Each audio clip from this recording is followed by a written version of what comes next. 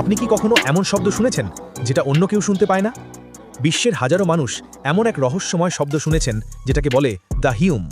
এটা কি প্রকৃতির শব্দ নাকি কোনো গোপন প্রযুক্তি কাজ করছে আমাদের মস্তিষ্কে? দ্য হিউম বা দ্য হাম হলো এক ধরনের নিম্ন কম্পাঙ্কের গুনগুন শব্দ যা অনেক মানুষ শোনে কিন্তু যন্ত্রে ধরা যায় না। প্রথম এই ঘটনা 1970-এর দশকে ইংল্যান্ডের শহর ব্রিস্টলে ধরা পড়ে।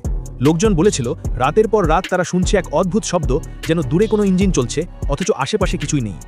বিজ্ঞানীরা প্রথমে ভাবলেন এটা হয়তো শব্দ দূষণ, কিন্তু পরিমাপ করলে কিছুই পাওয়া যায়নি। কিছু গবেষক মনে করেন মানুষের কান নিজে কখনো কখনো অভ্যন্তরীণ শব্দ তৈরি করে।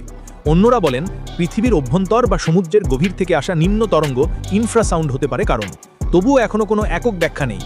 কিছু মানুষ বিশ্বাস করে এই শব্দ আসলে গোপন সামরিক প্রযুক্তি বা ফ্রিকোয়েন্সি অস্ত্রের প্রভাব।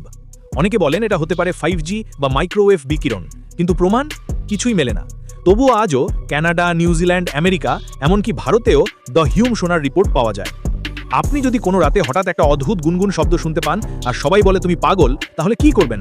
সম্ভবত আপনিই দ্য হিউমের নতুন শিকার। দ্য হিউম আজও বিজ্ঞানের জন্য এক রহস্য।